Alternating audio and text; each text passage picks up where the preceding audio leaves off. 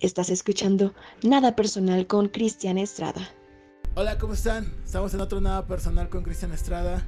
Hoy tenemos un invitado muy especial. Aquí con nosotros el estandopero, podcaster. Sam Butler. Sí, hola, saludos a todos. Es un placer, un gusto estar aquí en la Ciudad de México haciendo podcast en español con ustedes. Podcast en español, porque también lo haces en inglés. También ¿no? lo hago en inglés. Más bien lo hago en español también allá, pero si no han visto mi podcast, Está Cagado Podcast, es en español. También Puros y Pistos, aunque tomamos un break porque pues no pudimos coincidir, Suame Luis y yo, pero vamos a iniciar otra temporada de Puros y Pistos Podcast. Pero lo de That Shit es otro podcast, The Shit Está Cagado en inglés. Ah, ok. Sí, entonces... exactamente lo mismo. Podrían ser dos podcasts diferentes. Antes estaba haciendo el podcast en inglés y español distintos, pero es el mismo formato, ¿sí? De hecho se llama exactamente igual. Si traduces Está Cagado, es The Shit.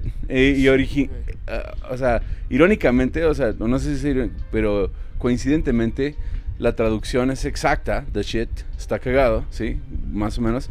Significa lo mismo también en inglés que en español, que es lo que está raro, ¿verdad? Sí, claro. Sí, porque pensarías que no, pero sí, cuando dices that's the shit, eso está cagado, o sea, es como pues, funcionó, entonces. Yo siempre pensé que that the shit era como eso está cool o eso está no, está fresco.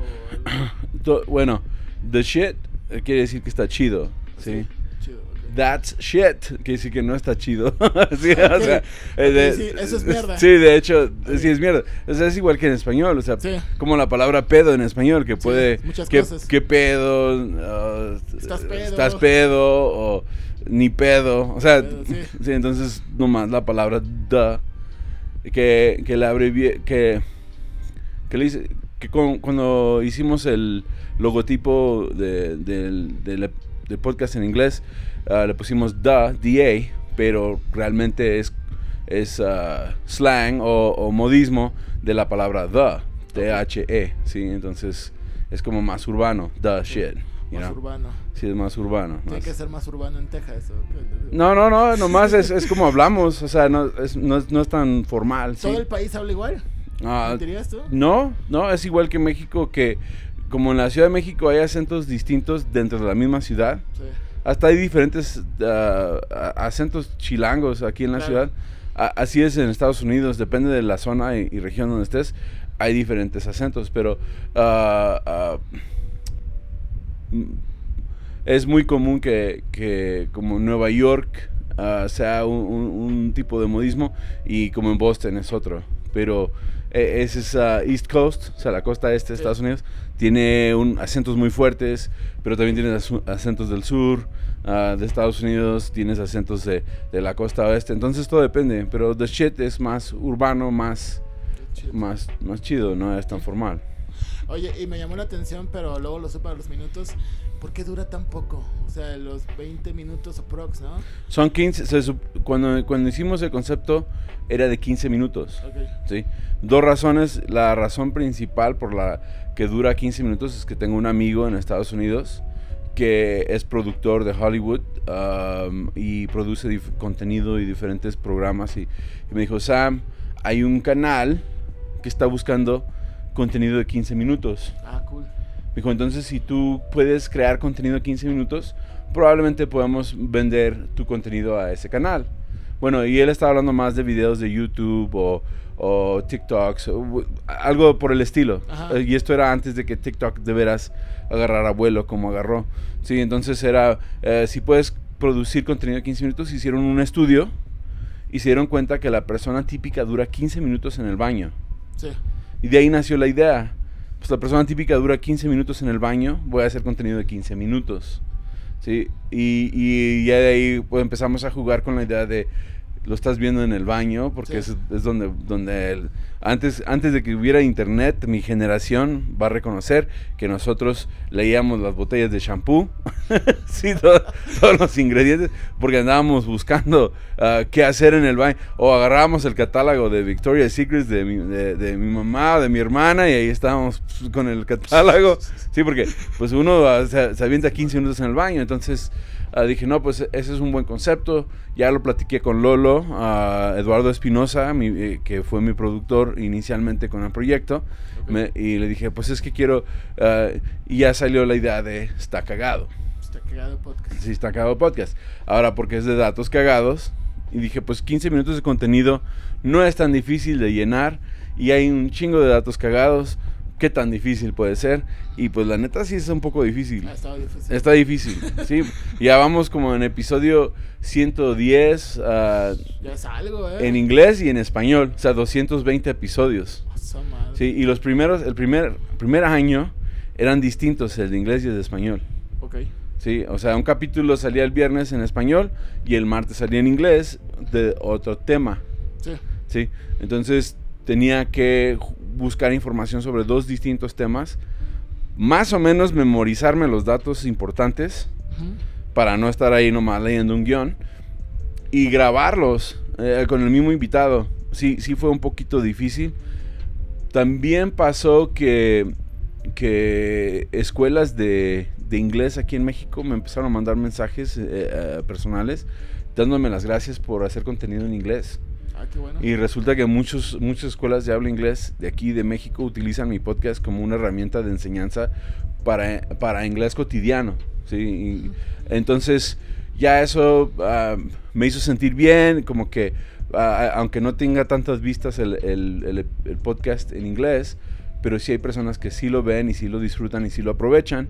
Vamos a seguir haciendo el de inglés, pero ahora hacemos el mismo contenido en español y en inglés como una herramienta de enseñanza para que puedas escucharlo en español y luego escucharlo en inglés y puedes hacer la comparación y ir más o menos entendiendo de qué se trató el tema y cómo se dicen ciertas cosas y así ayudar a las personas que quieran ser más fluidos en inglés a lograrlo.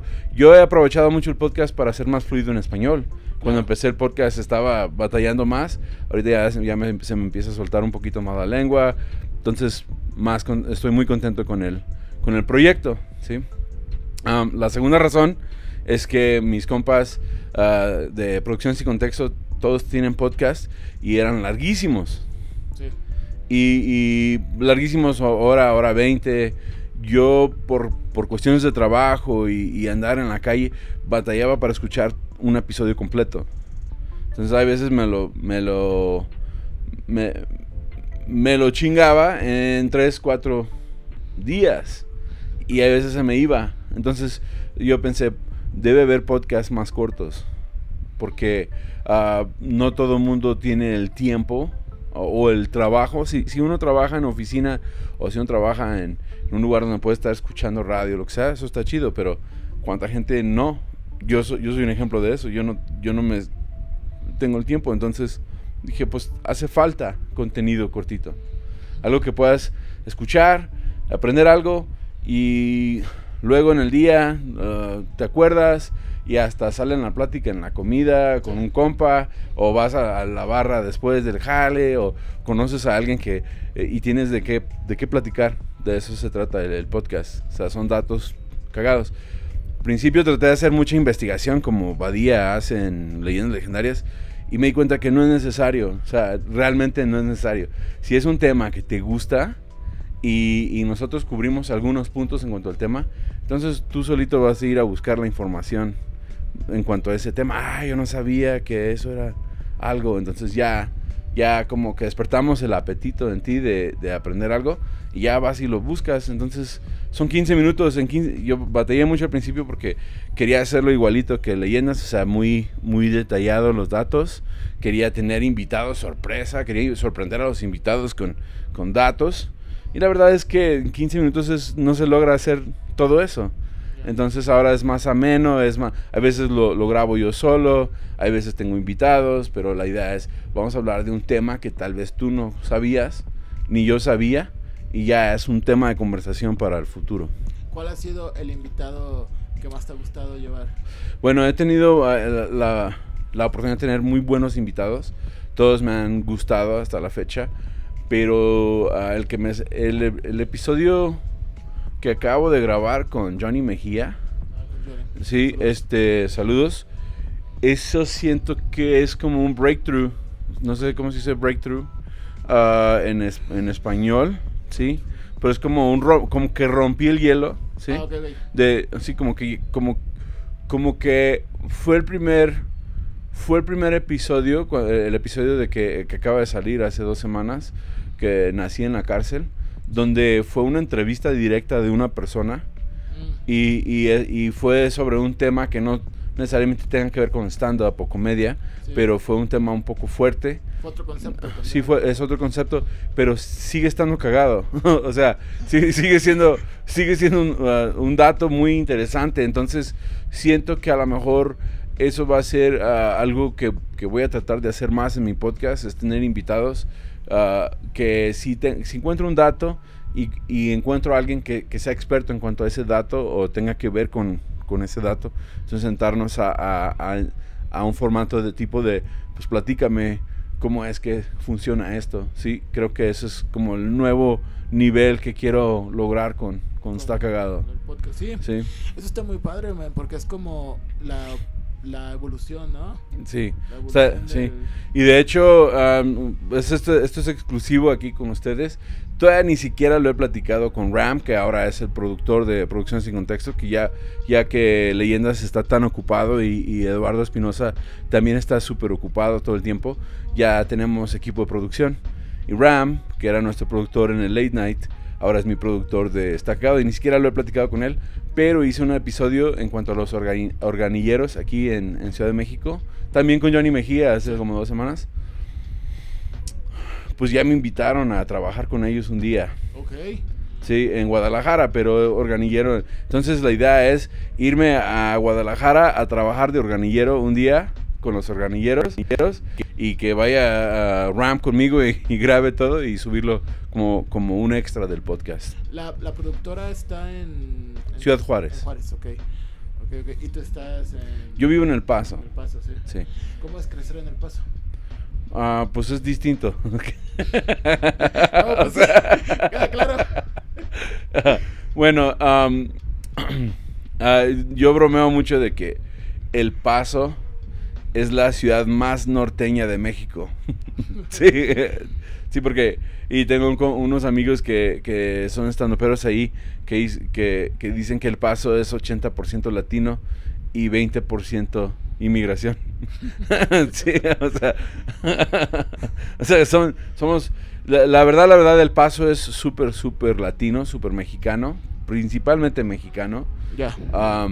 Yo diría que el 80% de las personas del Paso son originalmente de México, si es que no son segunda o tercera generación de inmigrantes, ¿sí? Casi todos tienen familia en Ciudad Juárez o en Chihuahua o en alguna otra parte de la República. Esa es la frontera más grande con Estados Unidos y es la frontera con acceso más fácil. El centro de Ciudad Juárez está pegado al centro del Paso, Texas. De hecho, están pegados los centros de las dos ciudades. Entonces, literalmente cruzas un puente, que es el que cruza el Río Grande, y ya estás en el centro del Paso. Entonces, es como el puente que crucé aquí para llegar aquí a la Condesa. Puente de circuito. Sí, haz de cuenta que estás cruzando de... Con razón dijiste demasiadas escaleras. Sí, no, allá sí tenemos rampas, aquí ustedes tienen puras escaleras. Sí, sí. Demasiados escalones puedes hacer. No, pues es que me vine en el metro, sí, entonces escalones para bajar al metro, escalones para subir. Y luego subes del metro y sales a la calle y luego todavía hay escalones hacia abajo. Sí, madre, sí. Que les maman los escalones. Muchos escalones. Las pirámides, es pura coincidencia. Sí. Entonces El Paso. ¿Toda la vida en El Paso? Toda la vida en El Paso. Hubo un tiempo que estuve, nomás un tiempo corto en Nueva Orleans, Luisiana. Ok. Estuve ahí 7 meses, con plan de mudarme ahí y como que cambió la circunstancia, entonces me regresé al Paso. Pero sí me gustaba la idea de vivir en Nueva Orleans. Una ciudad muy icónica y única en el mundo. Y sí lo disfruté mucho. Pero yo crecí en El Paso, mi mamá es de Chihuahua, Camargo, Chihuahua. Mi papá era gringo, de eso hablo en mi stand-up. Sí. Ya ambos padres fallecieron. Mi mamá falleció hace como 2 semanas. Y pues ya pues estoy trabajando aquí de nuevo, ya dándole, porque pues ya pudimos despedirnos bien de mi mamá y hacerle sus servicios fúnebres y estar juntos, y ya lloramos y ahora es tiempo de trabajar. Pero cuando hago mi rutina, no la he hecho desde que falleció mi mamá, pero cuando falleció mi papá hice mi rutina como que si él todavía vivía, ¿sí? Sí. Y le dije a un amigo comediante que tenía más experiencia que yo que iba a tener que cambiar mi rutina porque pues ya mi papá ya había fallecido, y me dijo, hazla así, como que todavía vive, dice, y así siempre estará vivo en tu rutina, ¿sí? Entonces es algo que yo aprendí y lo he hecho, y es una manera que yo siento que le doy honor a mi papá y ahora a mi mamá, porque pues, ya los dos no están. Está muy cagado el chiste. Es el que habías puesto, el de los guaraches, pero eran como de hule. Sí. No, y ese era de los primeros chistes que escribí en español. Y lo voy a hacer tengo show en el 139 este viernes, y pues voy a hacer todo mi material de mis papás, porque pues es como una manera de recordarlos. Pero sí, lo que pasa con mi mamá creció muy pobre en Chihuahua. Mi abuelito era el peluquero del pueblo, en Camargo. Mi mamá trabajó con él un tiempo y aprendió a cortar pelo. Pero después pues se enamoró y se casó. Pues, como decían antes, se la robaron. Sí, sí. De pueblo chico. Mi mamá se casa, se embaraza, se casa con ese señor, tiene 3 hijos, pero el señor es muy irresponsable, pues se fue por cigarritos y ya no volvió, ¿me entiendes? Y volvía de vez en cuando, entonces mi mamá batallaba mucho porque ya tenía 3 hijos, abandonada por el esposo, y con una suegra que le tapaba al esposo todas sus infidelidades, que digamos. Mi mamá al último se fue a vivir con mis abuelos y se fue a trabajar, se fue a estudiar, se inscribió en la escuela y se graduó con licenciatura en trabajo social. Y se fue a trabajar mi mamá ya como trabajadora social en la presidencia municipal en la ciudad de Chihuahua, y ya trabajando ahí trabajó mucho con personas indígenas, ayudándolos con programas sociales, ayudándolos a ubicarles todos los bienes que a mi mamá le gustaba mucho trabajar, y son pues, los Tarahumara principalmente, los Raramuri. Mi mamá trabajó con ellos, entonces hay fotos de mi mamá con ellos en la sierra, y hay fotos. Entonces ese chiste de que cuando mi papá la conoció y traía guaraches de llanta es un tributo a mi mamá de cuando ella trabajó con los Tarahumara. Pero mis tíos dijeron, ay, ¿cómo es malo, hijo? Su mamá no era Tarahumara. Y yo no, pero se me hizo chistoso. Pues la comedia es la exageración, ¿no? Pero hay verdad ahí todavía. Sí. Sí, porque mi mamá hasta estaba empezando a aprender el idioma. Sí, porque le gustaba mucho. Entonces, mi mamá siempre tuvo ese don de querer ayudar a las personas, ¿sí? Y se me hizo bonito, entonces por eso es parte del chiste. Sí. Pero eso es y mi mamá dice, ay, mijo, se ríe, pero le digo, mamá, es un tributo a ti, ¿sí? Se oye racista, o se oye como que me estoy burlando, pero la verdad es un tributo a lo que fue mi mamá, ¿sí? Sí. No lo sé si se oye racista, ¿no? Digo, pues eres parte mexicano, sí. O sea, pues es un chiste, sí, pero sí, traía guaraches de llanta mi mamá cuando la conoció a mi papá, y ese es el chiste, ¿sí? Y luego el punchline es de que pues mi papá le quiso apantallar, le quiso estar chipleando, y al poco tiempo ya traía Michelins. Sí. Sí, traía de buena calidad. Con las letras blancas de fuera y todo. O sea, no, una exageración, es parte de la comedia. Pero Sí. ese fue de los primeros chistes que escribí en español. O sea, no los podías solo traducir. No. Era volver a escribir. Es como platicamos de está cagado en the shit. Sí. Eso es increíble que traduce, pero Ajá. normalmente no traduce. Normalmente no. Ok. Entonces, si yo quiero empezar a hacer mi rutina en inglés, tienen que ser chistes, Hay que hacer chistes en inglés. nuevos. Sí. O sea, desde cero. O tener unos que sí funcionen, pero es por ejemplo como la palabra pedo. O sea, si yo pusiera un podcast, el pedo, El pedo. ¿sí? El pedo con Sam Butler, ¿sí? Sí. Y la traduzco en inglés, the fart no traduce, Ya. ¿sí? Ok. Sí, es un ejemplo, the fart. O sea, what? O sea, es distinto, you know? Ok. Yeah. Sí.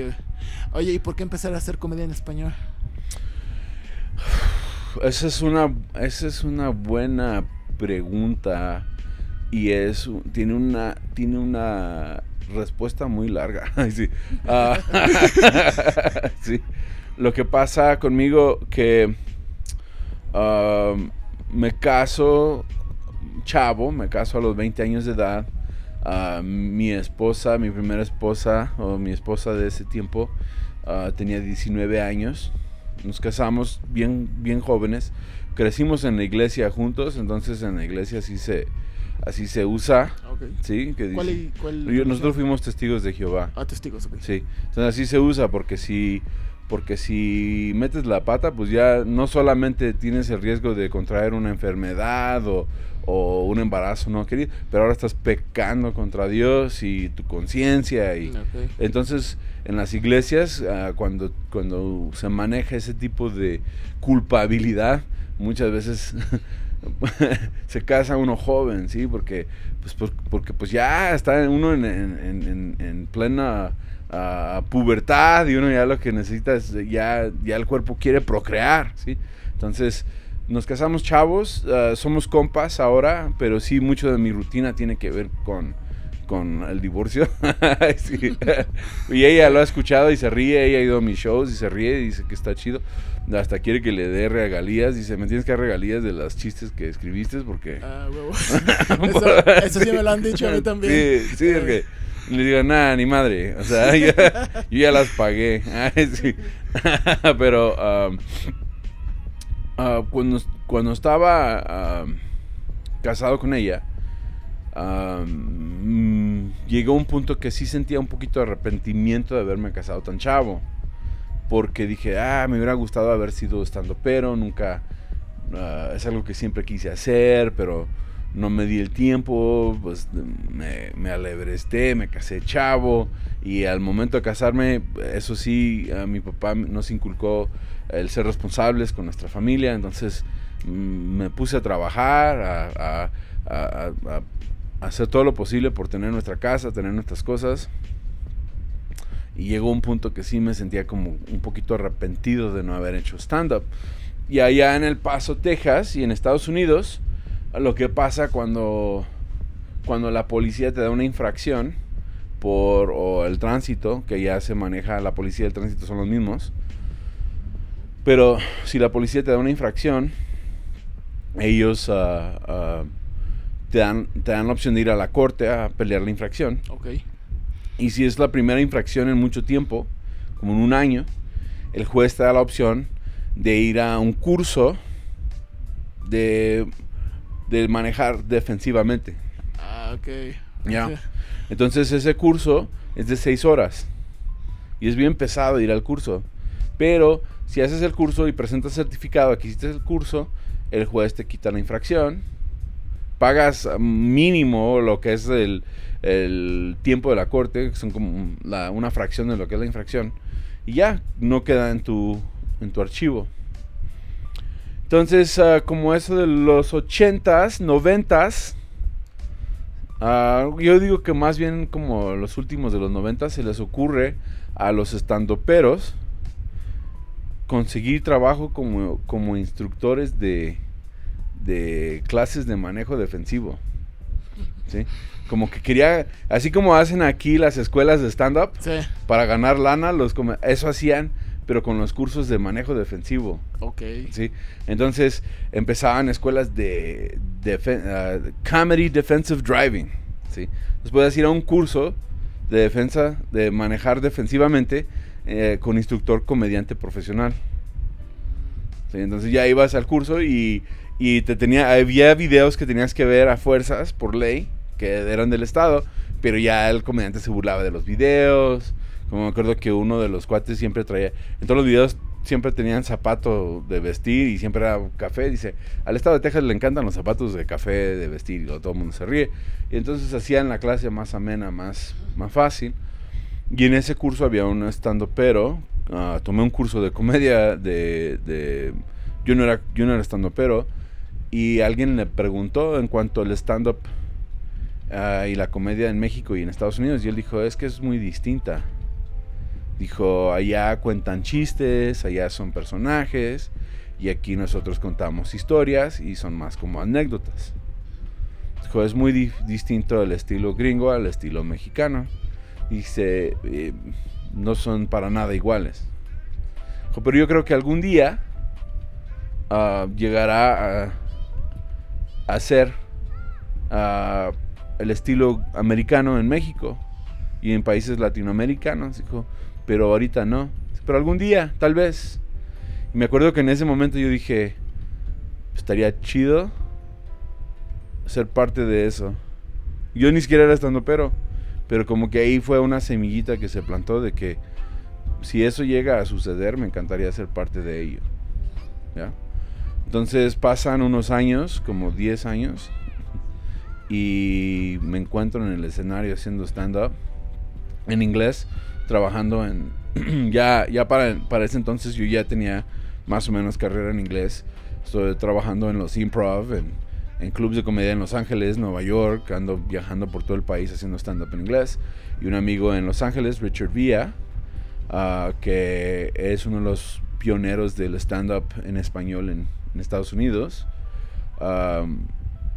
me invita a hacer un show en San Diego en español con Eduardo Talavera y Roberto Flores, y él dice, Richard, ya conocí a estos chavos y en México ya hay stand-up, tú hablas muy bien español, pues, cáile, vente a San Diego, tengo un show para tal fecha. Y sí, no me fue nada chido, porque sí traté de traducir algunos chistes, pero sí, y tenía uno que otro que y no me fue chido porque no entendía cómo redactar un chiste bien en español. Y me faltaba barrio, o sea, la neta. O sea, ¿por qué lo dices? Sí, pues porque uno está tratando de traducir su material y no tiene la fluidez ni los... como en México se utiliza mucho el albur, se utiliza mucho el juego de palabras, se utiliza mucho modismos. Pues uno no tiene nada de modismos, uno es un pocho que está tratando de traducir las palabras, no tanto los chistes. Entonces allá les decimos los no sabo kids. Es cuando son hijos de inmigrantes pero ya no hablan español, dicen no sabo español. Sí, así fluía un poco la rutina. Entonces con el tiempo pues empecé a hacer stand-up en español y hacía como 1 o 2 shows al año. No, todavía hasta la fecha no tiene tanto éxito en Estados Unidos en español el stand-up, a menos que sea alguien súper famoso como Franco o Carlos Vallarta, que sea de renombre. Yo he visto artistas que son grandes aquí en México tener shows muy pequeños, así como a mí me va a pasar en el 139 que no soy muy grande en México, pero haz de cuenta, o sea, que tienen... Yo soy gigante allá en el otro lado. Allá pues sí te lleno un aforo de 100 personas, pero aquí, quién sabe. Vengan a ver mi show, no sé si esto salga para cuando... No, ya. Gracias. Bueno, si quieres sí, ya sale. Sí. No, ¿cómo son culeros? No fueron a mi show. Ya. Esto va a salir antes de su show. Ya. No, ya es el viernes el show. No, Sí, no, sí hay comediantes muy grandes en México que van a Estados Unidos y no llenan, pero hay otros que sí, como Franco y Carlos Vallarta. Entonces, por eso es muy importante personas como Richard Villa. Yo sé que pues aquí él tuvo un pedo hace unos años y... Pensé que no lo sabías. No, sí lo sé, o sea, soy muy compa de Mónica también, o sea, y yo presencié todo como de primera fila y Sí. como que, ay, güey, o sea, yo... Oye, pero sí es cierto lo que dicen, que lo que pasó ahí es que el Rose americano es más así. ¿O eso es puro pedo? Y si estaba borracho el señor. Richard, te quiero mucho. Ay, sí, andaba bien pedo el Richard. Ok. Sí, y andaba pedo y pues, fue mal juicio, o sea, se salió fuera de control todo y pues es lo malo, o sea, pues somos muy compas, o sea, mucha gente me juzga porque soy amigo de él, pero la verdad es que... ¿Te juzgan? Sí, Cabrón. pues cuando más necesitas un amigo, o sea, si tu mejor amigo cae en la cárcel, no le llevarías dirías, eres bien culero, güey, por eso estás en la cárcel, pero te amo, así. Sí, Te voy a dar despensa, güey, porque necesitas amigos ahorita. Entonces, Richard y yo somos bien compas todavía, soy compas con Mónica, Iván y yo estamos bien. Yo no tuve nada que ver con todo ese pedo. De hecho, yo trabajaba con Richard y con Franco y después de todo eso, yo he seguido trabajando con Franco. Y eso pues se lo agradezco a Franco que tampoco lo haya tomado en mi contra porque pues, es que la verdad yo soy muy compa de Richard. Yo tengo llave de su casa, tengo mi recámara en su casa. Ok. ¿Sí? A ese nivel de que yo llego y él dice, ahí está tu cuarto, güey, o ¿sabes qué? Yo ando en el centro, tú cáile, descansa, nos vemos más tarde. Y yo llego como que estoy en mi casa en Los Ángeles, ¿sí? Entonces sí fue algo... Pues fue algo que pasó y pues no hay nada que uno pueda hacer en cuanto a ello. Pero en cuanto al stand-up en español en Estados Unidos, pues él es el responsable de que haya llegado hasta donde está ahorita. Ok, eso no lo sabía. Sí, de hecho, cuando empezamos a hacer stand-up en español, pues él fue el que llevó a Talavera a trabajar en Estados Unidos y a Roberto Flores. También se involucró en el Festival de Cabo. Fue el que conectó a toda la gente en Cabo con la comedia en inglés y después armó giras en Estados Unidos y se fue, pues no tuvo mucho éxito al principio. Entonces lo que él hizo, empezó a traer comediantes de la vieja escuela, sí, como Luis de Alba, La Chupitos, El Costeño, y les armó gira y luego empezó a poner abridores stand-up. Eso está muy bien. Sí, entonces abrimos, porque a mí me tocó abrir, stand-uperos, y luego ya la gente que iba a ver a Luis de Alba, por ejemplo, veía stand-up y les gustaba el show de Luis, pero también les gustaba el show de stand-up. Ajá. Y después empezó a agarrar un poquito más vuelo el stand-up en español en Estados Unidos. Y ahora con la fama, claro, de Franco, que estamos hablando de hace 5 años que empezó a trabajar, yo creo que son como 5 años que empezó a trabajar en Estados Unidos. Tenía... a mí me tocó abrirle shows de 1,000 personas y ahorita el último que me tocó trabajar con él eran de 8,000 personas. Sí, entonces... ¿Cómo es estar en un escenario con 8,000 almas? Bueno, sí está chido, no voy a decir que no está chido, pero yo pienso que después de 1,000 ya es lo mismo. Con excepción de que se oyen las risas más fuertes, pero no alcanzas a ver más de las primeras 10 hileras de todas formas. Ya, o sea, cuando haces stand-up, estás consciente de que hay más gente, hay un mar de gente. Pero también tienes que estar consciente de que hay balcón y hay veces hasta segundo balcón. Sí. Entonces, uno por costumbre quiere comunicar con la gente que puede ver. Que está cerca, sí. Sí, que está cerca. Pero en ese nivel de show uno es un poquito contranatural, pero uno tiene que a tratar de conectar con los que están en el balcón. Con los que no ves por las luces Sí. también. No los ves por las luces y no, porque si no, si siempre estás conectando con la gente que alcanzas a ver, si te ven en la pantalla, tu cabeza siempre está apuntando hacia abajo. Sí. Sí. Entonces tienes que hacer esa conexión con la gente de mero atrás, la gente del balcón, reconocer a la gente del balcón. Hola, buenas noches, ¿cómo están todos ahí arriba? O sea, y así ellos también sienten que son parte de ese show. Sí, bueno. Y ahí en shows tan grandes también puedes jugar con que son diferentes precios, ¿no? Sí, Digo, sí, decirle, sí. "Hola". Yo normalmente no me pongo ¿Hablar? a jugar tanto. Nomás son 15 minutos. Ok, Sí. sí. Y luego, por ejemplo, con Franco, él va con su show ya preparado. Lo que él menos quiere, a menos que sea el de cabareteando, pero lo que él menos quiere es que lo estés interrumpiendo.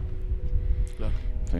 Entonces, cuando el abridor invita a ese tipo de interacción con el público, Piensan que con Franco... va a piensan ser que igual. con él pueden también. Eso no lo había pensado, Sí. ¿eh? Entonces el trabajo de uno como abridor es subir al escenario, darle la bienvenida al público, que se sientan bien, ya vinieron, aquí están, qué chido, bla, bla, bla.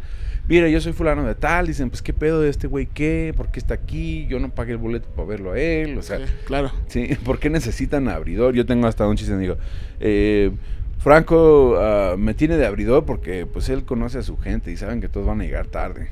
Entonces quiere que se pierdan mi show y no el de él. Y luego se ríen, ¿sí? Entonces ya me burlo un poco de la puntualidad mexicana. Y sí es cierto, porque hay veces, cuando yo estoy en el escenario, las primeras 10 hileras están vacías. Ujú. Y para cuando me bajo ya están llenas. ¿sí? Ya. Siempre ya está llegando gente. Y no te interrumpen, o sea, tipo como tú estás con tu pensamiento y con tu stand-up y la raza llega a sentarse. No, porque los 15 minutos que haces a ese nivel ya los tienes bien programados. Ok, Sí, o sea, en el stand-up tienes que hacer tu rutina suficiente que lo puedas hacer en autopiloto. ok. ¿Sí?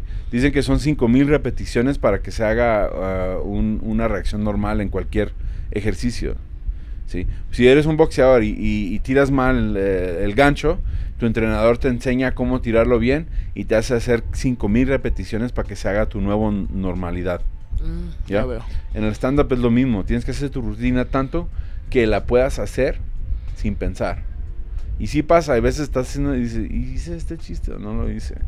No sabes, porque tu cuerpo lo hizo en autopiloto. Ya, o sea, como que tú te apagas. Sí, y se prende, no te apagas, lo que pasa es que tú Ok. estás observando y viendo lo que está sucediendo mientras que tu rutina va. O sea, es como un superpoder. Tu rutina está en autopiloto y tú mientras estás... Y luego metes freno a la rutina, insertas algo que acabas de observar, se ríe el público y luego ya jalas hacia atrás y vuelves a entrar a la rutina y esa es por la razón por la cual tienes que estar siempre subiendo, porque así se hace autopiloto tu rutina. Ya. Pero cuando vas a abrirle el show a un comediante de ese nivel, con tanta gente, tu trabajo es apaciguar al público, prepararlos para que ellos estén listos para reír y que sepan que no está bien interactuar con el comediante. Ok. ¿Sí? A mí me ha tocado tener que aventar la rutina por la ventana y cabaretear y luego amenazar Con que no hagan eso. con que no hagan eso porque y le digo, es que los guaruras de Franco son colombianos y le digo, pues eran sicarios y hace mucho que no ejercen, entonces pues, traen comezón, o sea, no sé, sí, ya me burlo de la situación, pero hay veces uno tiene que hacer conciencia de quiénes son los que ya andan muy tomados, Ya. ¿sí? Para avisarle a seguridad para que lo saquen, porque ¿Tanto así? sí, no, la gente pagó mucho dinero para ir a un show y pagó para ir a disfrutar del show. Entonces es como cualquier otro, en una obra de teatro no harías eso. En cualquier show en vivo, una sinfónica no harías eso. Entonces, ¿por qué piensan que lo pueden hacer con un comediante? Sí, Sí, aquí pasa mucho eso, sacan el celular. Sí, sacan en el celular, ese sí también. En los shows de Franco traen a seguridad que tiene láser, es un láser verde. Ok. Y si sacas el teléfono, te apuntan el láser en el teléfono y eso es como, te estoy advirtiendo, Ya. ¿sí?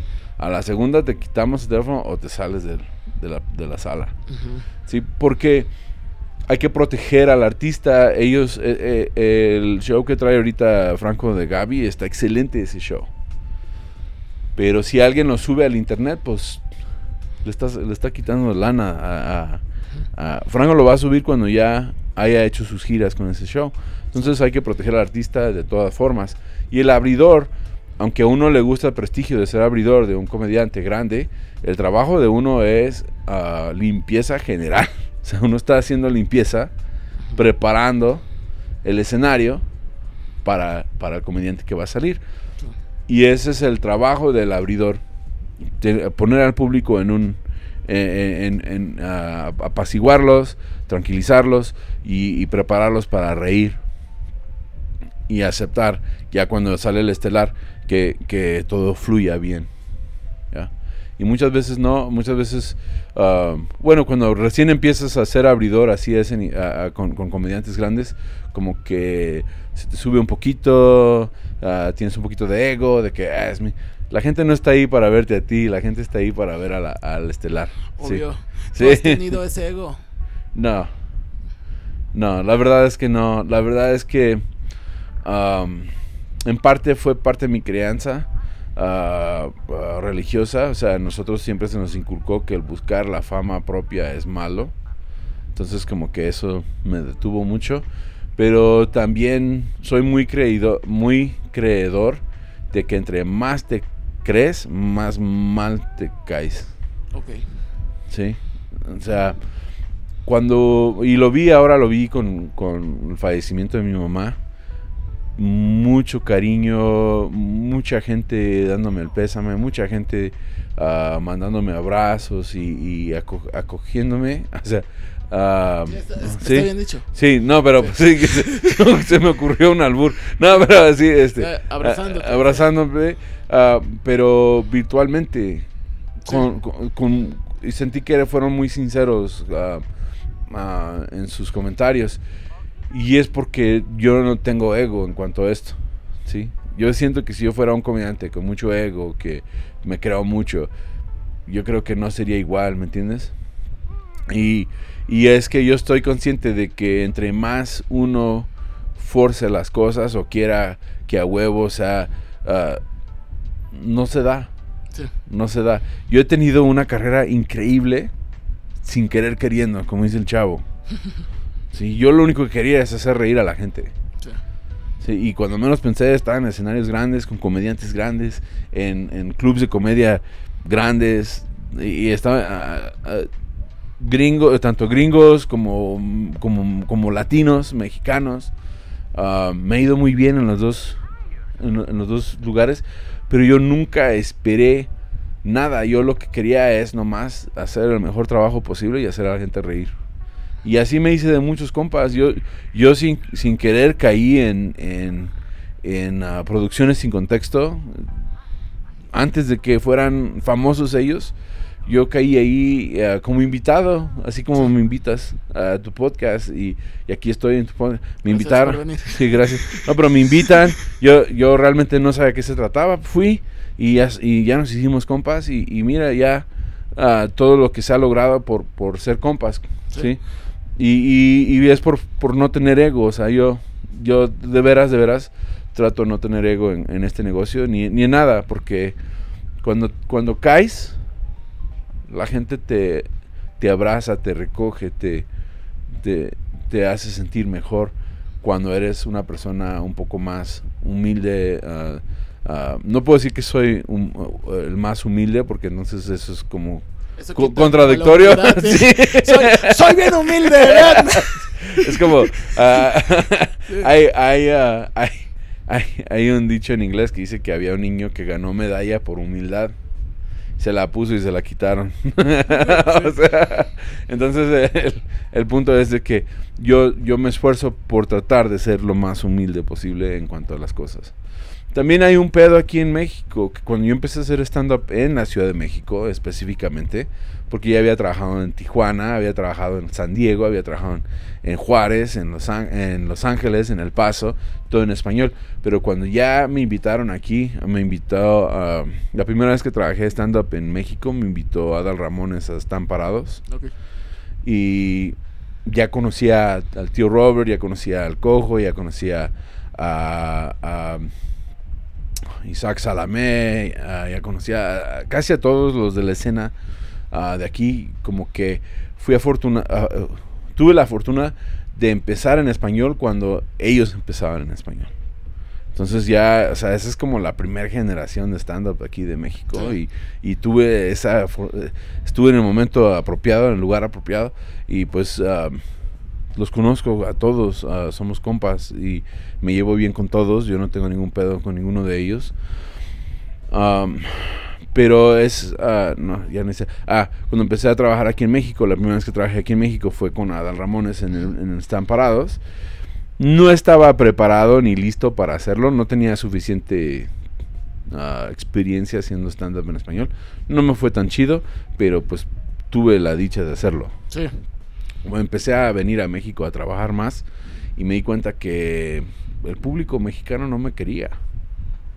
De la Ciudad de México. ¿Por qué crees eso?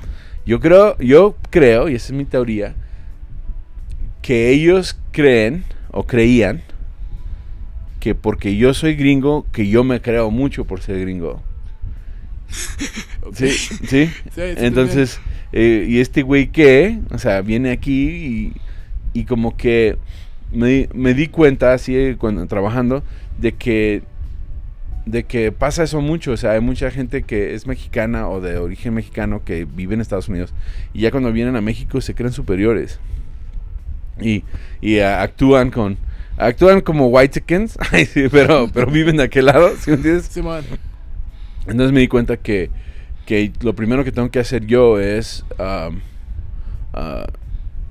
burlarme un poquito de ser de Estados Unidos. Uh-huh. Y ya eso me abrió las puertas a que ellos se rían conmigo y luego ya también me puedo burlar de ellos. Sí, claro, primero. Entonces, ese realizar de que uno tiene que siempre ver las cosas con humildad y decir, yo admiro a México, lo admiro, el país lo admiro, o sea, tienen sus pedos que tienen que arreglar, porque esto de abrazos no balazos no está funcionando, pero sí tienen sus pedos de violencia y eso me entristece porque yo amo México. De hecho, yo quiero pensionarme aquí, yo quiero vivir aquí, ¿sí? Yo divido mi tiempo entre México y Estados Unidos constantemente. Entonces es un país muy lindo, la gente, la gastronomía, la ingenuidad mexicana es increíble. O sea, yo veo cosas y digo, wow, no mames, tienen una ingenuidad para hacer las cosas. Es más, el tambo de agua ese de cuadrado lo hacen recogedor cuando ya no lo necesitan. O sea, cositas así que dices, no mames, es súper inteligente. México me encanta. Y es respeto, o sea, yo respeto lo que es México y no por ser de Estados Unidos me creo más, ¿me entiendes? Pero sí está ese racismo o ese tipo de prejuicio, es más bien, es un prejuicio de que uno por ser de allá se cree que es más que los de aquí y no es cierto. O sea, yo admiro al mexicano. De hecho, nosotros los necesitamos allá porque pues, como mexicanos no hay otros chambeadores. O sea, allá la gente batallamos para conseguir gente que les guste trabajar, ¿no? Subir escalones y así. Sí. O sea, yo me burlo de los escalones porque pues, son muchos, pero... Sí, son muchos. Son muchos, pero yo entiendo que pues también son mucha gente, son 23 millones en esta ciudad. Mucha entonces, gente, entonces tienes que construir hacia arriba, no hay para dónde. Oye, ya 13 años, man. 13 años. 13. Yeah. Pensó que estaba diciendo de 3, pero no. 13, 3. ¿Ya encontraste tu voz como comediante? Oh, ya. Okay. Ya. ¿Cómo te lo podría explicar? Eso fue algo que cuando uno empieza a hacer stand-up a mí me preocupaba mucho. Como ¿cómo le voy a hacer para encontrar mi voz? ¿Y cómo sé cuando ya encontré mi voz? ¿Y cómo, casi como cuando uno está en la pubertad, ¿y cómo sé si llegó al orgasmo? Sí, así. No sé si... entonces, lo que me di cuenta en Estados Unidos, en inglés, y no traduce muy bien el dicho, pero hay un dicho entre comediantes, que un cómico, ¿sí?, es alguien que dice cosas chistosas. That's a comic, ¿sí? Un comediante es alguien que dice las cosas chistosas.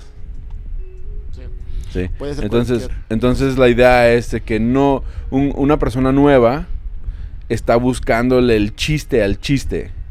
Ajá. Está escribiendo un chiste y un comediante está escribiendo una historia y la sabe entregar de una manera chistosa. Así que no le está buscando el chiste, que el chiste sale. Entonces yo entendí, como a los 5 o 6 años de hacer stand-up, que el stand-up es otro idioma. ¿Sí? Por ejemplo, tienes un idioma digital que es el idioma binario, que es una línea y un 0, y un 0, y un 0, y otra línea, y 2 líneas, 3 líneas. Y es un código binario y ese es un lenguaje digital. Y así es como se sabe paquetería y supermercado y todo, que es como utilizan para entender la computación de productos y de diferentes cosas. El stand-up también es un idioma. Es un idioma como el español o el inglés. Es el idioma del stand-up. ¿Sí? Y entender el idioma del stand-up es cuando encuentras tu voz. ¿Sí? Es cuando tú sabes hablar en stand-up. Es como hablar en la F o hablar en la G. ¿Sí? Cuando tú ya sabes hablar y te sale naturalmente el formato de chiste, ya encontraste tu voz. Sí, y eso es lo más difícil. Yo siento que como 5 o 6 años dentro de mi carrera entendí quién soy yo en el escenario y cómo decir las cosas para que sean chistosas. Sí. Así ya no es como... Sí, no, es como ya no voy a escribir chistes, sino voy a escribir una historia. Sí, una observación. Sí, por ejemplo, si tú ves una observación que se te hace chistosa, la dices, pero... naturalmente se te ocurren 3 o 4 cosas que decir para hacerlo chistoso. O sea, no tienes que decir, y que, los escalones en México son muchos, y qué 3 punchlines puedo hacer para... No, okay. O sea, dices pa, y te va saliendo el flow de chistes. Sí. Sí. Es algo así. Sí. Y entre más te subas al escenario, más fluyes en ese idioma. Entre menos te subes, empiezas a batallar un poco. O sea, es un músculo, ¿no? Sí, es un músculo. Es como cualquier otra cosa que entrenas. ¿Sigues yendo a los open mic? Sí. ¿Sí? Ok. Ya. Yo creo que si eres estandopero... Mira, lo que pasa es esto. Yo iba a todos los open mic religiosamente. Era mi nueva fe, mi nueva religión, el stand-up. Yo iba, si había open mic lunes, y si había 2 el lunes, iba a los 2.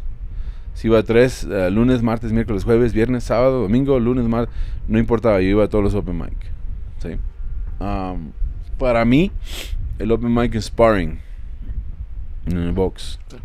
¿Sí? Cuando empiezas a trabajar realmente en stand-up, que te empiezan a contratar, que tienes show el viernes, tienes show el sábado, tienes show el domingo, pues calas tu material en esos shows. Ya no es tan importante el open mic, porque vamos a suponer que a mí hasta me ha pasado que ando de gira con alguien y en esa gira salen 15 minutos nuevos de puros... De repetir la misma premisa en 3 diferentes shows, ya van saliendo tus... Y no tengo que ir a un open mic para calarlo. Lo calé con 1000 personas, ¿sí? Pero yo siento que aún así, un comediante establecido debe de ir por 2 razones al open mic. Uno, porque nunca debe de perder ese esas raíces de lo que es el stand-up, y aparte para apoyar y animar a los nuevos, ¿no? Que ellos sigan. A mí se siente bien chido llegar a un open mic y que todo el mundo esté contento porque llegó Sam. Ah, aquí está Sam. Ah, qué chido. Ay, gracias por venir. Sabemos que andas de gira, pero qué bueno que llegaste. Y ya hasta les alegras un poco ahí el evento a los chavos. Y eso también se siente chido. O sea, el poder compartir un poquito de la experiencia que uno tiene por trabajar en el stand-up, ¿no? Cuando te vas a Los Ángeles a trabajar y así, ¿empezaste con los open mics o eso? No, ahí es donde este es como un hack, Okay. un hack de comediantes. Si ustedes viven, por ejemplo, si tú ve a los open mics en tu ciudad local. Si vas a un pueblito donde no hay stand-up en realidad y hay un open mic, apoya ese open mic. Si andas de vacaciones, ve al open mic, ¿sí? Pero en los mercados grandes, lo que es Los Ángeles, Nueva York, México, Guadalajara, si de veras, si tú quieres lanzarte como profesional, no vayas a esos open mics, porque te categorizan como open micer. Ok. ¿Sí? Cuando yo empecé a trabajar en Los Ángeles, cuando recién empecé a trabajar en Los Ángeles, fui como a 2 open mics. Y afortunadamente había trabajado con suficientes comediantes en Texas que me reconocieron y me abrieron puertas, porque fui chido con ellos. Y me jalaron a shows pagados. Entonces, después que yo lo hice sin querer queriendo, que reflexiono, me di cuenta que muchos de mis compañeros que habían llegado a Los Ángeles a los open mics no han podido avanzar de esa categoría. De open micer. De open micer. Ya. Sí. Es muy difícil. Entonces, yo en El Paso y Juárez me aviento todos los open mics. De hecho, he hecho talleres para enseñar a los chavos cómo dirigir un open mic. Yo tuve un open mic por un tiempo en Ciudad Juárez para entrenar a chavos con el sonido, entrenar a chavos con cómo armar escenario, cómo invitar gente. Y ya que ellos empezaron a agarrar vuelo, se los solté a Turi de la Cruz. Saludos. También les hice cursos de producción, cómo vender stand-up, cómo producir shows de stand-up, cómo dirigir shows de stand-up. Y ahorita la escena en Juárez está muy fuerte porque me hicieron caso los chavos. Y ahorita vas a Juárez y los shows corren como relojito, ¿sí? Y me da mucho gusto saber que yo tuve mucho que ver con eso. Pero es súper importante que uno sea parte de la escena de open mic de su ciudad, de su comunidad. Es importante tener amigos, familia. Es familia que escogemos tener nosotros los standuperos. Y nos entendemos nosotros, que hay veces mejor que nuestra propia familia nos entiende, ¿sí? Pero aparte de eso, cuando yo voy a mercados donde quiero trabajar, yo no voy en plan de open mic, yo voy en plan de trabajo. Sí. Y trato de hacer los contactos necesarios para conseguir trabajo. Yo aquí en México, en la Ciudad de México, el único open mic donde yo me he subido varias veces es en la Pulquería Insurgentes. Pero ese es el Superstar Open Mic, donde están todos los grandes. Y no sé ahora, no he ido desde después de la pandemia, pero antes de la pandemia era el Open Mic chido, donde estaban todos los grandes de aquí de la Ciudad de México ahí trabajando material y me incluían en eso. Entonces eso era un poquito distinto a ir a un Open Mic en un callejón así, con comediantes que apenas empiezan, aunque lo haría. Yo he apoyado a muchos comediantes así. Hice un show y me invitaron. Yo fui nomás andaban dando volantes ahí en la Madero, en el centro. Para open mic. Para un show. Un show de stand-up. Un show de stand-up. Pero ahí también tienen open mics. No me acuerdo cómo se llamaba el lugar. Pero es el show de Charlie Ronson. Y Ronson. Sí, saludos. Entonces, vi el flyer, dije, voy a caerle, y pues ellos, muy, muy buenos comediantes, todos los que estuvieron en ese show. Sí me gusta apoyar, pero realmente no, los open mic es más para tu localidad. Tu localidad, ok. Yeah. Aunque por dentro me siento bien chavo, yo ya sé que ya soy grande, ya soy de los grandes de edad de aquí de la escena. Tengo 46 años, ya tengo 13 años haciendo stand-up. Empecé a los 33 años, ya estaba grande cuando empecé, literalmente. Comparado con los chavos, muchos de mis compañeros son 10 años menores que yo, con los que yo empecé a hacer stand-up. Sigue el mismo plan. O sea, hacer a la gente reír. Yo pienso que mientras que ese sea tu plan, no te vas a decepcionar. ¿Sí? Mi plan siempre fue poder subir a cualquier escenario y hacer reír. Esa era mi meta. No quiero ser famoso necesariamente, no quiero vivir de esto. No necesariamente. Yo lo que quiero es poder subirme en cualquier escenario, en cualquier tarima, en cualquier ciudad y hacer reír. ¿Sí? Y ese era el plan básico. I want to be good enough, ser lo suficientemente bueno para poderme subir en un escenario y hacer reír. ¿Ya? Esa actitud me ha abierto muchas puertas. Porque porque luego se sabe cuando un stand-upero está haciendo stand-up porque quiere un programa de televisión. Okay. O porque quiere ser actor y ve esto como otra manera de entrarle a la actuación, ¿sí? O quiere hacer contactos para después hacer producción, o quiere hacer contactos para después abrir un club, ¿sí? Siempre se nota cuando un estandopero lo está haciendo por interés, que no es hacer reír. Otra cuestión, okay. ¿Sí? Sin que sea cualquier interés, luego se nota. Pero cuando a un estandopero le gusta hacer reír, es distinto. Puede salir en televisión, puede salir en telenovelas, pero al último lo vas a ver en un escenario, en alguna ciudad, en algún lugar, aunque sea en domingo, en la noche, porque hay oportunidad, y se va a subir. Y se han visto, o sea, es muy mal ejemplo, porque todo lo que pasó con este güey, pero Bill Cosby era un muy buen ejemplo de esto. Bill Cosby tuvo programas de televisión, que él era el guionista.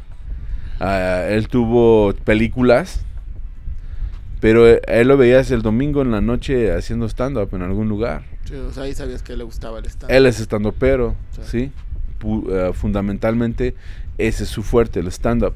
Jay Leno, no sé si lo ubiquen aquí, pero Jay Leno, conductor de programa de televisión Late Night de Estados Unidos, él es estandopero de Hueso Colorado, porque hasta la fecha vas al Comedy and Magic Club en Hermosa Beach, California, y el domingo él está haciendo su rutina. Está muy cabrón. Y es multimillonario, tiene todo el dinero que él pudiera tener en el mundo, y él está subiéndose en un club de comedia de 100 personas, 200 personas, a hacer su rutina en viernes, sábado, el día que le den la oportunidad de subir. ¿Sí? Entonces esos son estandoperos primero, y después son todo lo demás. Sí.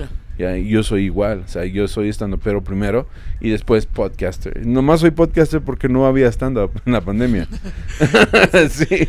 Pero, ¿quieres llegar a ser actor, otras cuestiones, así como tipo Fluffy o algo así? Pues yo a Fluffy no lo considero actor, o sea, sí ha hecho algunas presentaciones en diferentes shows, pero él es stand-upero. Sí, pero también es actor. Bueno, tiene su serie. Sí. Sí. O sea, es como es que ves esa como tal vez no evolución, pero sí un cambio de que empiezas con el stand-up allá como. Mira, es muy difícil decirle que no a un proyecto. Yeah. Aunque yo realmente nunca pensé ser podcaster, la verdad. A mí ni siquiera me llamaba la atención los podcasts antes de la pandemia, como que, pues, ¿qué onda con los podcasts? Sí. Sí. De hecho, podcast es por iPod. O sea, eran... por el iPod. Por el iPod, sí. Podcast. Sí, ese fue un invento de Apple, el podcast. Sí. Entonces, yo escuchaba algunos podcasts, pero no era como que... Yo nunca me vi haciendo podcast, pero cuando se terminó la stand-up por la pandemia, pues nos quedamos muy frustrados. Sí. Y había muchos comediantes que me invitaban a hacer stand-up virtual. Y era algo que yo no... Eso iba en contra de mis principios puristas de stand-up. O sea, el stand-up es en un club, es en un restaurante, es en un bar, con el público en vivo, es las luces bajitas, el sonido bueno, o sea, en una tarima, con una luz. Y a mí se me hacía tan innatural o desnatural el Zoom comedy o virtual comedy, que dije, nada, si yo no puedo hacer stand-up como debe ser el stand-up, voy a hacer algo más. Y es cuando empecé a hacer el podcast. Dije, no, pues vamos a hacer algo interesante, a ver qué. Sí, tener algo que hacer. Pero fundamentalmente yo me veo haciendo stand-up. Ya. Stand-up. Si me ofrecen un proyecto de Magic Mike o algo así, de que quieren que baile, pues a lo mejor, si la lana está bien. Es muy difícil decir que no, y más porque pues yo tengo un negocio en El Paso de soldadura, de construcción estructural, metálica, y dices, wow, si yo puedo ganar la misma lana haciendo una película, pues puedo hacer una película. Pues claro. Es mucho menos pesado. Sí. Es que yo lo que pensé es que el comediante... ¿Está mal decir gringos? Suena está bien. Como despectivo. No, está bien. El comediante gringo siento que a veces sí le tira más, como empieza un stand-up, luego está SNL, y luego te vas a la tele y haces otras cosas. Y yo lo veo que también está chido, o sea, es otra parte. Obviamente, no dejar el stand-up, pero irte por las ramas del... Sí, todo es comedia. De hecho, tengo un compa, John Polar Bear González. Saludos, John.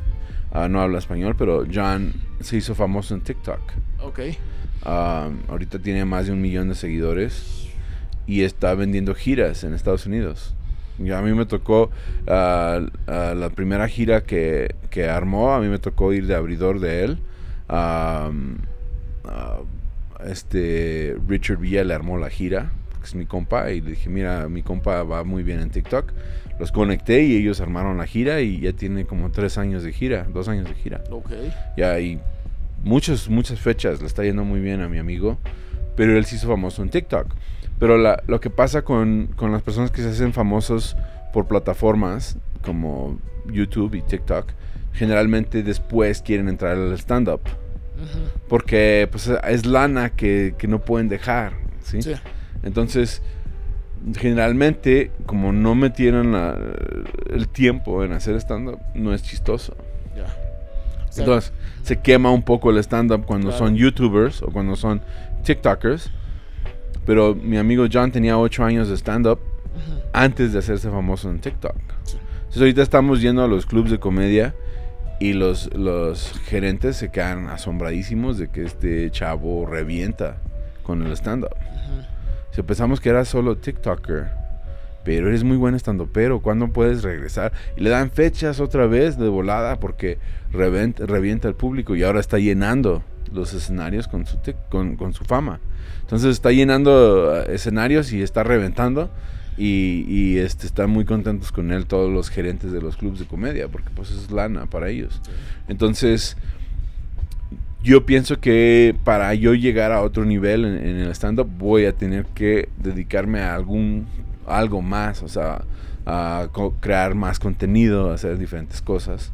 ¿Con los podcasts ya te ha ayudado también en cuestión shows? Bastante. Okay. Sí, los podcasts me han ayudado bastante. Ojalá y me ayuden este fin de semana. Pero sí, es que yo lo estaba haciendo a la antigua. O sea, yo iba a hacer un show y le decía a la gente que me añadiera y me añadían 10, 15 personas en cada show y tenía como 5,000 seguidores y eran puros hacia la antigüita. Abro mi canal de YouTube con el podcast y ahorita ando en 16,000 seguidores y esos son que vinieron solo del podcast. Solo del podcast. Entonces son 16,000 nuevos seguidores que lo hice en 2 años versus 10 años de stand-up. Verga, pues sí. Y eso que no he abierto bien mi canal de TikTok y no he hecho ningún tipo de contenido, solo el stand-up y el podcast. Sí. Pero pues ahí viene, el plan ahora es armar contenido para otras plataformas, ¿sí? No, pues sí suena el mejor plan, man. O sea, ya podcast, TikTok, todo eso. La cosa es que yo supe muy... empezando en el stand-up a los 30 años de edad, a los 33 años de edad, tuve otra perspectiva que mis compañeros. O sea, yo supe que una cosa es ser famoso, otra cosa es poder llegar a la fama y mantener la fama. Sí, claro. Y para llegar a la fama y mantener la fama tienes que tener la experiencia. No puedes llegar a la fama sin experiencia, porque se te va. Pat Oswalt dijo que es como un cometa. Llegas a la fama y así como llegaste se desaparece. Como llegó. Sí. ¿Sí? Y la clave es luchar hasta llegar a cierto punto para que cuando te caiga la fama estás preparado. Y cuando digo fama estoy hablando de que puedas vivir del stand-up, que puedas trabajar y llenar un aforo, o que tengas algún canal que a la gente les guste, pero poder mantenerte ahí necesitas tener la experiencia. Y todo esto que estamos haciendo ahorita es experiencia para cuando llegue ese momento. ¿Sí? Sí. Y es todo. O sea, yo realmente no tengo ninguna aspiración más de que poderme subir al escenario y hacer a la gente reír. Yeah. Eso es lo más importante, bro. Sí. De hecho, estuve haciendo un trabajo en Nueva York, el estado de Nueva York, que no es la ciudad. Sí, no, Sí, es al norte. Sí, es al norte. Y es en un pueblito, muy lindo el pueblito. Y me di cuenta ahí platicando en un bar con un chavo que iba a haber un show de stand-up en viernes en un pueblo cercano que se llama Saranac Lake. Dije, el viernes sí, pero se llena porque es algo nuevo, el stand-up aquí casi no hay.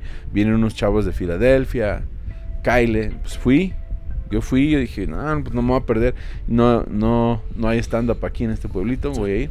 Fui platicando ahí con el dueño del bar y luego llegó el host, el anfitrión, y platicamos un rato y me dijo, entonces si eres comediante, sí. Bueno, pues si quieres avíntate unos 10 minutos. Bueno, gracias. Y luego, sí.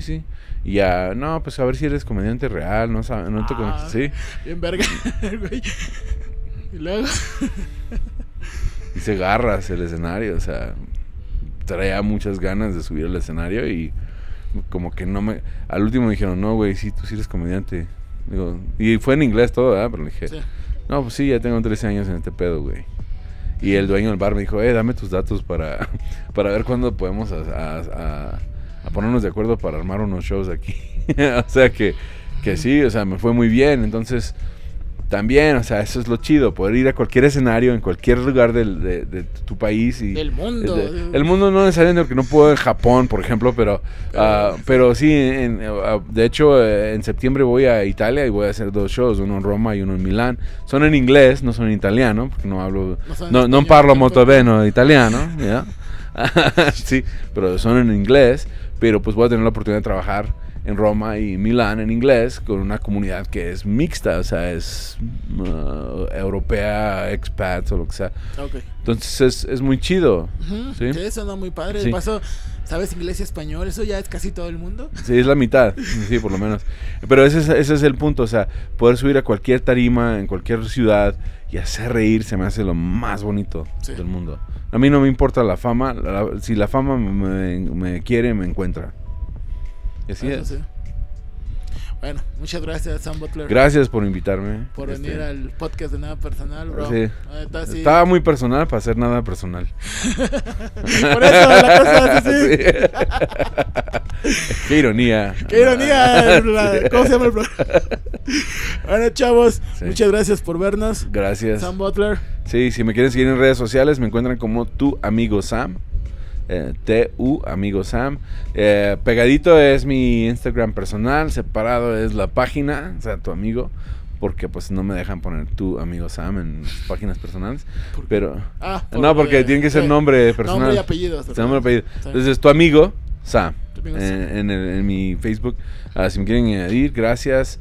El podcast Está Cagado Podcast en plataformas de podcast como Está Cagado Podcast, y mi canal de YouTube es Tu Amigo Sam. Gracias, Sam. Sí, gracias por invitarme. Bye. Nos vemos en los shows.